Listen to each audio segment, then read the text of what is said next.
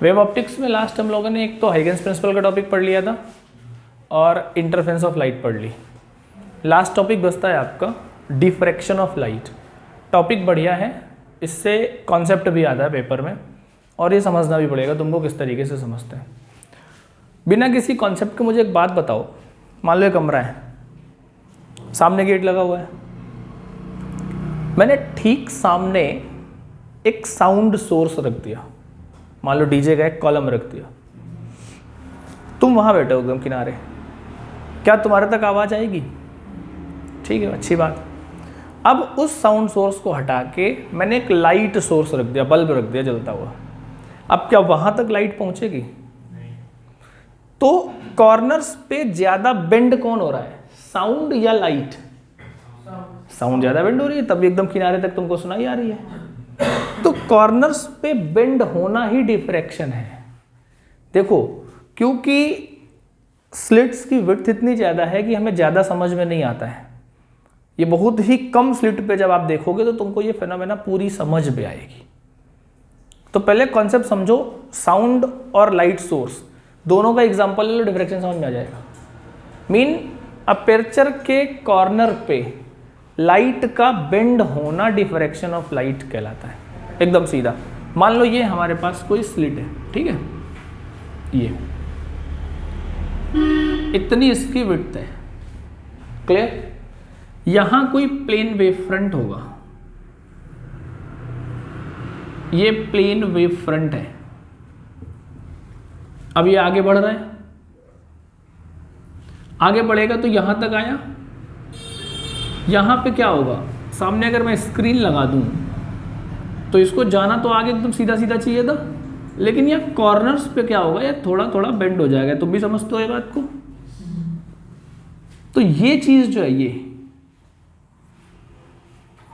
ये डिफ्रैक्शन कहलाती है। उतना बढ़िया डिफ्रैक्शन तुमको दिखेगा जितनी ये विड्थ कम होगी। स्लिट विड्थ जितनी कम होगी, डिफ्रैक्शन उतना प्रोमिनेंट होगा। कॉन्सेप्ट समझने की कोशिश करो। स्लिट विड्थ जितनी कम होगी, डिफ्रैक्शन उतना ही ज्यादा प्रोमिनेंट होगा, उतना ज्यादा बढ़िया होगा। कॉन्सेप्ट समझ में आ रहा है? अच्छा, अगर आपकी स्लिट विड्थ लाइट की वेवलेंथ के बराबर या कम है तो डिफ्रैक्शन ज्यादा समझ में आएगा तुमको। तो पहले बताओ डिफ्रैक्शन समझ में आया? चलो डिफ्रैक्शन के कॉमन एग्जांपल हम लोग समझते हैं। हवाई जहाज ज्यादा ऊपर उड़ रहा है, बहुत ऊपर उड़ रहा है, क्या उसकी परछाई बनती है जमीन पे? नहीं बनती। अच्छा, अर्थ के जितना पास आता जाएगा तुमको उसकी परछाई समझ में आ जाएगी। मान लो लाइट बल्ब है, मेरा हाथ यहाँ है, अब तुमको देखो जमीन पे कम कम दिखेगा, जैसे जैसे आता जाएगा परछाई तुमको समझ में आनी शुरू हो जाएगी। ये देखो, दिख रही है? यही तो डिफ्रैक्शन है। होता क्या, इस एरिया को वो कवर कर रहा है, ठीक है। जब यहाँ पास में था तो इधर वालों ने जो कवर कर रखा था वो भी यहाँ आके भर गए, तो यहाँ पे हल्का सा, बिल्कुल हल्का स्पॉट दिखा। और जब मैं और पास में लाया तो एकदम अंधेरा, क्योंकि अब लाइट क्या है, बेंड ही नहीं हो पा रही। यही डिफ्रैक्शन है। ब्लेड ले लो, दो ब्लेड ले लो, उनको आपस में ऐसा थोड़ा सा डिफरेंस डिस्टेंस पे लाइट सोर्स को देखो तो तुमको प्रॉपर दिखेगा डेविएट होता हुआ, कहीं कम कहीं ज़्यादा, ठीक है। यही डिफ्रैक्शन ऑफ लाइट होता है। तो डिफ्रैक्शन समझ में आ गया क्या होता है? किसे कहते हैं? लाइट का ऑब्स्टेकल या अपर्चर के कॉर्नर्स पे बेंड होना डिफ्रैक्शन ऑफ लाइट कहलाता है। अब ये डिफ्रैक्शन दो प्रकार का होता है। सबसे पहला होता है फ्रेस्नेल डिफ्रैक्शन और दूसरा होता है फ्राउनहोफर डिफ्रैक्शन। पहला कौन सा होता है बेटा? फ्रेस्नेल डिफ्रैक्शन, और दूसरा होता है फ्राउनहोफर डिफ्रैक्शन। देखो, फ्रेस्नेल डिफ्रैक्शन में क्या होता है, सोर्स ऑफ लाइट और स्क्रीन दोनों फाइनाइट डिस्टेंस पे होते हैं। यहाँ पे मान लो सोर्स है या स्क्रीन है, दोनों फाइनाइट डिस्टेंस में, इनकी डिस्टेंस पता है। जब डिस्टेंस पता है तो हमें किसी लेंस की रिक्वायरमेंट नहीं है, सीधी चीज दिख जाती है। Mean source of light and screen are at finite distance. Finite distance का मतलब समझते हो कि दोनों के बीच की डिस्टेंस हमें पता है। फ्राउनहोफर डिफ्रैक्शन क्या होता है, जिसपे सोर्स और स्क्रीन इनफाइनाइट डिस्टेंस पे होते हैं, डिस्टेंस बहुत ज़्यादा है। अब देखो, पहले इसकी एक छोटी सी बात समझ लेना। फ्रेस्नेल डिफ्रैक्शन क्या है? जहाँ पे सोर्स और screen are at finite distance. Fraunhofer diffraction क्या है? जहाँ पे सोर्स और स्क्रीन दोनों इनफाइनाइट डिस्टेंस पे होते हैं।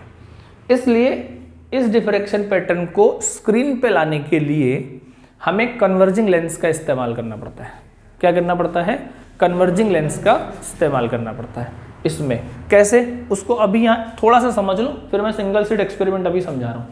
मान लो ये हमारा सोर्स है इस पॉइंट पे, तो एक कॉन्वेक्स लेंस लेंगे, उसको ऐसे सेट करेंगे कि ये इसके फर्स्ट फोकस पे हो। मैं तुम्हें देसी भाषा समझा रहा हूँ। ये प्रिंसिपल एक्सिस है, सपोज करो यहाँ स्क्रीन लगा रखी है। जब तुमने इसके फर्स्ट फोकस से चलने वाली लाइट वेव्स रिफ्रैक्शन के बाद क्या हो जाती हैं? पैरेलल हो जाती हैं। ये देखो पैरेलल हो गई। अच्छा, दूसरा कॉन्वेक्स लेंस ले लो, उसको ऐसे सेट करो कि ये स्क्रीन से सेकेंड फोकस पे आ जाए। तो ये देखो ये पैरेलल चल रही है। पैरेलल चलने वाली क्या होंगी? फोकस पे मिल जाएंगी। अब ये देखो यहाँ आपको एक पैटर्न दिख जाएगा। तो ये है आपका फ्राउनहोफर डिफ्रैक्शन। तो पहले नाम से क्लियर, फ्रेस्नेल में क्या है बेटा? फाइनाइट डिस्टेंस पे, तो किसी लेंस वगैरह की कोई रिक्वायरमेंट नहीं है। फ्राउनहोफर में ये दोनों सोर्स और स्क्रीन क्या है? इनफाइनाइट डिस्टेंस पे है, जिसकी वजह से दो कन्वर्जिंग लेंस चाहिए डिफ्रैक्शन पैटर्न ऑब्जर्व करने के लिए। तो अब हम लोग पढ़ेंगे diffraction due to single slit. यहाँ से मिनिमा और मैक्सिमा की पोजीशंस हमको निकालनी होती हैं। तो वो पॉइंट पढ़ लेते हैं। Diffraction of light due to single slit, है ना। देखो डबल स्लिट एक्सपेरिमेंट कहाँ किया था? इंटरफेरेंस में। किसने दिया था? यंग ने, है ना। तो यंग्स डबल स्लिट एक्सपेरिमेंट था। देखो एक बात तो और समझ लो, इंटरफेरेंस और डिफ्रैक्शन में डिफरेंशिएट करना बड़ा टफ है। डिफरेंशिएट करना बड़ा टफ है। लगभग एक जैसी चीज़ें चलती हैं, बस इंटेंसिटी से हम वहाँ पे डिफरेंशिएट कर पाते हैं कि किस तरीके से कंडीशन बन रही है। ठीक, मान लो ये एक सिंगल स्लिट की बात कर रहे हैं ना, सिंगल स्लिट एक्सपेरिमेंट ले रहे हैं। किसका? डिफ्रैक्शन का। सपोज करो ये एक स्लिट है जिसकी ये विड्थ है, ठीक है। इससे ये कुछ हमने स्क्रीन लगाई हुई है, और विड्थ को कम कर दो और अच्छे समझ में आ जाएगा। इतनी कर लो इस विड्थ को। यहां से लाइट सोर्स चला होगा क्रेस्ट और ट्रफ की फॉर्म में, इस तरीके से ऐसे तो चलता था, या मैं कहता हूं प्लेन वेव फ्रंट चला। यहां पे इस गैप में लाइट अगर निकलेगी, बिल्कुल देसी भाषा समझना, तो यहां से ऐसे चलेगा, जूम यहां पहुंच जाएगा, यहां इस पे आएगा, यहां पहुंच जाएगा। भाई देसी तरीका तो यही है ना कि सीधा सीधा ऐसे आ जाए। बिल्कुल मैं सीधी बात करूं भाई, टिल्ट हो गया आएगा तो कितना आ सकता है? इतना आ सकता है, इतना ही तो आ सकता है टिल्ट हो गए। तो तुमको इस पॉइंट से लेके इस पॉइंट पे ये चीज बहुत ज्यादा चमक सी दिखेगी, बहुत ज्यादा चमक दिखेगी। अब खुद एग्जांपल लो कि मान लो ये दरवाजे की चौड़ाई बहुत कम हो जाए, वहां से एक बल्ब लगा हुआ है, तो सामने तो बहुत तगड़ा फोकस लगेगा, लेकिन ऐसा तो है नहीं कि उसके इधर और इधर बिल्कुल अंधेरा होगा। थोड़ी थोड़ी रोशनी बनी रहती है अगर तुम डिफ्रैक्शन ऑब्जर्व कर रहे हो तो इस पे क्या होगा? इस जगह पे बहुत ज्यादा फोकस होगी। जो ये पॉइंट्स हैं, ये लाइट के ही पॉइंट्स तो हैं, तो यहां से टकराएगा वो क्रेस्ट और ट्रफ, याद करो डबल स्लिट, टकराएगा। अच्छा, यहां पे क्या बना? बहुत ज्यादा, एकदम बड़ी ज्यादा इंटरफेरेंस की फ्रेंच तुम्हारी बन गई, यहां से लेके यहां तक। जब यहां ये टकरा रहा था, तो मान लो मैं कोई पॉइंट इस जगह पे कंसीडर कर लेता हूं, इतने पे, तो ये तो समझ में आ गई ना कि सेंटर पे इंटेंसिटी मैक्सिमम है। एकदम क्लियर बात समझ में आ गई। अच्छा, जब ये है तो आगे क्या होगा? यहां तो रोशनी सबसे ज्यादा है, यहां फिर कम, यहां और कम, यहां और कम, यहां और कम, इसी तरीके से यहां कम ज्यादा कम ज्यादा कम ज्यादा होती रहेगी। तो अगर मैं इंटेंसिटी डिस्ट्रीब्यूट कर दूं इसकी, तो यहां पे क्या है? यहां पे बहुत ज्यादा है, फिर आगे क्या होगा?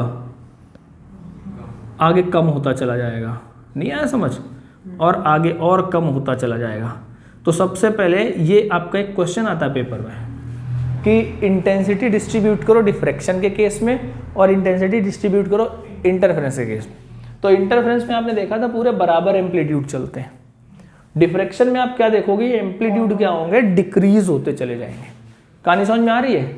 इंटरफेरेंस में क्या होता है, एम्पलीट्यूड बराबर होते हैं, डिफ्रैक्शन में क्या होगा, एम्पलीट्यूड कम होते चले जाएंगे। तो हम सबसे पहले बात करेंगे पाथ डिफरेंस की, कि किस तरीके से हम लोग पाथ डिफरेंस कैलकुलेट करते हैं। ये बात समझ में आ रही नहीं आ रही, पहले बताओ। सही है? तो मान लो ये स्लिट है, ये ए बी एक स्लिट है, यहाँ स्क्रीन लगी हुई है। अब इसकी कोई फ्रिंज मान लो इस पी पॉइंट पे बन जाती है, पी पॉइंट पे क्या होता है, फ्रिंज बन जाती है।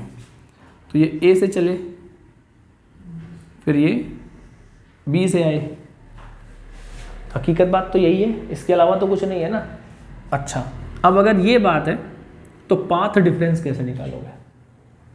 पाथ डिफरेंस मतलब ये वाला रास्ता माइनस ये वाला रास्ता, भाई P B minus P A, path difference यही तो होगा। और ये कितना होगा, यहां से एक परपेंडिकुलर डालो, मान लो एक के पॉइंट है, इसकी विड्थ कितनी मान लें, स्मॉल डी मानते हो ना स्लिट विड्थ, तो चलो यहाँ ए मान लो, ये कैपिटल डी मानते हो, स्क्रीन और स्लिट कैपिटल डी होता था इंटरफेरेंस में, ये स्मॉल डी होता तो मैंने ए मान लिया। तो हमने क्या किया, यहाँ से एक परपेंडिकुलर डाल दिया, परपेंडिकुलर डाल दिया, इस एंगल को थीटा मान लो। तो परपेंडिकुलर डालने की कंडीशन ये है, ये एंगल कितना होना चाहिए, 90 माइनस थीटा, जाहिर सी बात है 90 माइनस थीटा होना चाहिए, है ना। ये थीटा होगा तो ये भी थीटा होना चाहिए, भाई ये भी थीटा होना चाहिए। तो अब पाथ डिफरेंस कितना आया, बी के, यही तो होगा पाथ डिफरेंस, कुछ और होगा भाई। ए पी और के पी बराबर होना चाहिए, अगर आपने परपेंडिकुलर वहां से डाला है तो ए पी और के पी बराबर होना चाहिए। तो यहां पे इसीलिए मैं तुमको मैथ में उलझा रहा हूं। कायदे में तो ए के पी बना right angled isosceles triangle, practically तो पॉसिबल नहीं है इस कंडीशन पे, है ना। तो ये इसका एक्सेप्शन है कि आपको समझना है, बराबर नहीं होंगे ये, इसलिए हमने परपेंडिकुलर डाला। अच्छा, क्यों नहीं होंगे, बहुत ही कम वैल्यू है इसलिए मानना पड़ेगा। अब ये वाला थीटा है तो भाई मैथमेटिकली ये तो थीटा बन जाएगा अगर आपने परपेंडिकुलर डाला। कब, जब ये इसके बराबर होगा, तभी तो डिफरेंस केवल इतना आएगा, डिफरेंस तो इतना ही आएगा ना। अब अगर मैं डिफरेंस की बात करूं तो मुझे पाथ डिफरेंस कितना आ रहा है, समझ, पाथ डिफरेंस आ रहा है बी के, आ रहा है पाथ डिफरेंस बी के।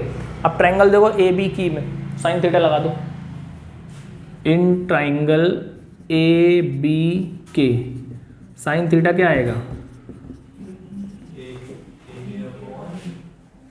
बी के upon A, simple, A B की वैल्यू तो स्मॉल ए है ना। तो पाथ डिफरेंस आपको कितना मिल गया, A sine theta, A sine theta मिल गया। अब इसकी बात करते हैं, चलो वो जो अभी यहाँ पे बनाया था ना बड़ी सारी चमक, तो सेंटर पे तो इंटेंसिटी आ गई, क्या कहते हो। अब जैसे जैसे आगे जाएगा तो क्या होता जाएगा, कम होता जाएगा, ये तो एम्पलीट्यूड होगा।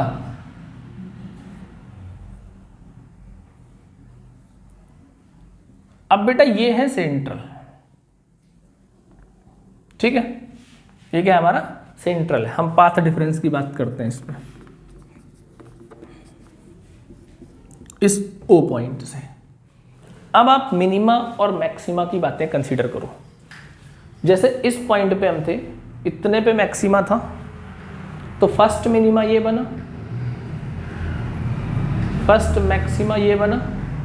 तो यहीं पे बात करो, फर्स्ट मिनिमा कितने पे आया, सेकेंडरी मिनिमा 2 लैम्डा, 3 लैम्डा, ऐसे लैम्डा 2 लैम्डा 3 लैम्डा वैल्यूज होती चली गई। First minima, second minima, third lambda, L lambda condition पड़ी है। मिनिमा मैक्सिमा कंडीशन इंटरफेरेंस में। तो यहां पे अगर मैं बात करूं तो पोजीशन फॉर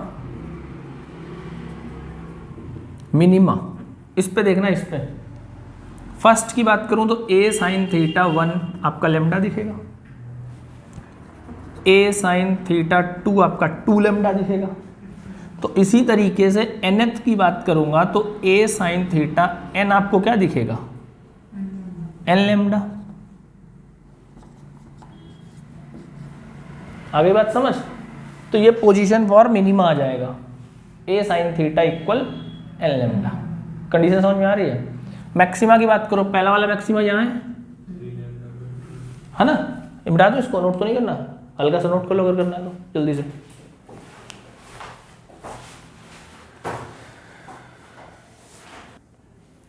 कर लिया कंप्लीट? अच्छा, तो मिनिमा की पोजीशन आप a sine theta equal N lambda दिखा सकते हो। अगर मान लो मैं कहता हूँ थीटा बहुत ही कम है तो साइन थीटा अपना थीटा बन जाएगा, तो थीटा इक्वल आ जाएगा लेमडा बाई ए, मार्केबल बात है। अच्छा, अब अगर मैं कहूँ पोजीशन फॉर मैक्सिमा, तो मैक्सिमा की अगर हम बात करते हैं तो फॉर फर्स्ट मैक्सिमा कहाँ मिल रहा है आपको, यहाँ मिल रहा है, यही तो मिल रहा है। तो मैं ये कह सकता हूँ कि for maxima A sine theta किसके बराबर आ रहा है, 1 3/2 लेमडा, यही तो आएगा। दूसरा वाला मैक्सिमा कहाँ पे आएगा, यहाँ आएगा, उससे अगला यहाँ आएगा। तो दूसरे की बात करोगे तो ए साइन थीटा 2 कहाँ आ रहा है, 5/2 लेमडा। तो nth कहाँ आएगा, ये 3/2 n/2 2n + 1 लेमडा बाई 2 नहीं आया। तो मैक्सिमा की कंडीशन ए साइन थीटा इक्वल आ जाएगा 2n + 1 लेमडा बाई 2। तो पहले कॉन्सेप्ट समझो, a sine theta equal n lambda, ये मिनिमा के लिए बात, ठीक है। A sine theta equal 2n + 1 lambda by 2, ये मैक्सिमा की बात। इंटरफ्रेंस से थोड़ा सा उल्टा है। इंटरफ्रेंस में अगर आप देखते हो तो पाथ डिफरेंस n लेमडा आपको मैक्सिमा पे मिलता था, r equal under a1 square plus a2 square plus 2a1 a2 cos phi, वहाँ cos फाई 1 बनता था, फाई 0 2 पाई 4 पाई बनता था कंडीशन। आइए ना अच्छे से इंटरफ्रेंस, तो थोड़ी सी बात है। देखो एक तो क्वेश्चन तुम्हारा यहाँ से लग सकता है, बिल्कुल बोर्ड पर्पज से पढ़ो, ज़्यादा नहीं पढ़ना। एक तो क्वेश्चन आपका यहाँ से लग सकता है सीधा सीधा। अब दूसरा इसकी लीनियर विड्थ और एंगुलर विड्थ निकालनी पड़ेगी, तो वो देख लो। विड्थ का क्वेश्चन भी आ जाता है कि पहले वाले मैक्सिमा की विड्थ कैसे निकालोगे। तो हम लोग विड्थ ऑफ सेंट्रल मैक्सिमा निकालते हैं, ये मिटा दूं। सेंट्रल मैक्सिमा की बात करेंगे केवल, बस सेंट्रल मैक्सिमा मतलब इतना, ये चीज़ समझ में आ रही है। बात करते हैं width of central maxima. Central maxima इतना होगा, यहां से लेके यहां तक, यही तो होगा। तो सपोज करो हम ये बात कर लेते हैं, ये चीज यहां कोई आपका सोर्स था, वही करो सिंगल स्लिट एक्सपेरिमेंट वाली बात। तो ये पहली कंडीशन, ये दूसरी कंडीशन। तो बच्चा इसके दो विड्थ आती हैं, एक तो आएगी लीनियर विड्थ और दूसरी आएगी एंगुलर विड्थ। तो हम इसके मिड पॉइंट से इसको कंसीडर करते हैं। ये टोटल को हम कहते हैं बीटा नॉट, ये चीज लीनियर विड्थ है। ये एंगुलर विड्थ पूरी ये होगी, तो इतनी ये थीटा है, दूसरी ये थीटा है, तो एंगुलर विड्थ हो जाएगी 2 थीटा।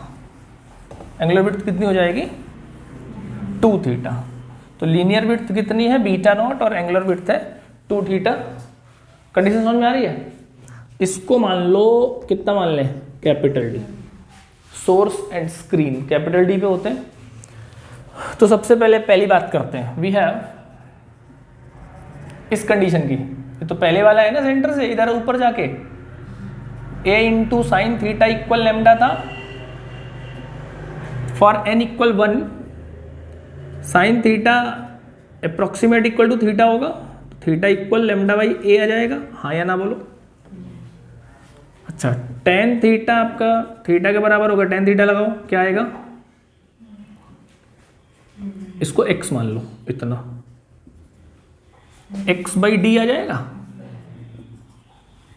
जाएगा ना, from first and second. X by D equal lambda by A, x equal क्या आ गया, डी लेमडा बाई ए। तो लीनियर विड्थ बीटा नॉट क्या आएगा, 2x। भाई लीनियर विड्थ तो बीटा नॉट 2x है ना, x ये और x ये, तो ये हो जाएगा 2d लेमडा बाय a। बस यहाँ कुछ नहीं है, वहाँ स्मॉल d का हमने a मान लिया है। तो लीनियर विड्थ का फॉर्मूला मिलेगा आपको 2d लेमडा बाय a। क्या है, width of slit. Capital D क्या है, डिफरेंस। सही बात है, बात समझ में आ रही है। अगर एंगुलर विड्थ में निकालूं तो एंगुलर विड्थ आएगी आपको 2 थीटा।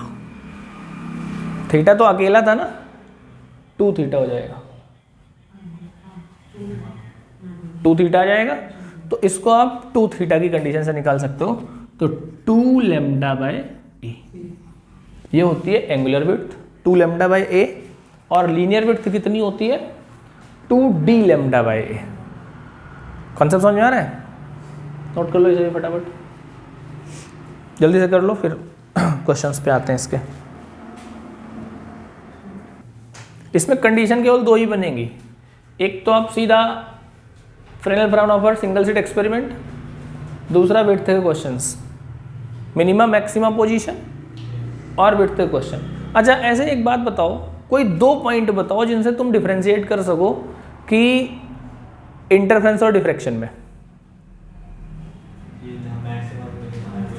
हाँ हाँ बिल्कुल सही जा रहे हो। मैंने क्या बोला है, give any 2 points to differentiate या distinguish between interference and diffraction. Diffraction और इंटरफेरेंस में 2 पॉइंट बता दो डिफरेंस के। डिफ्रैक्शन में तो एम्पलीट्यूड, बहुत बढ़िया बात, बिल्कुल एकदम नोटेड पॉइंट है। इंटरफेरेंस में ब्राइट और डार्क फ्रिंजेस की इंटेंसिटी का जो एम्पलीट्यूड है वो कांस्टेंट रहता है, इक्वली स्पेस्ड होते हैं। इसमें एम्पलीट्यूड क्या होता है, डिक्रीज होता चला जाता है। दूसरा पॉइंट, वहां डबल स्लिट में आप एक ही वेव से काम चला सकते हो, यहाँ आपकी फैमिली ऑफ वेव्स होती हैं।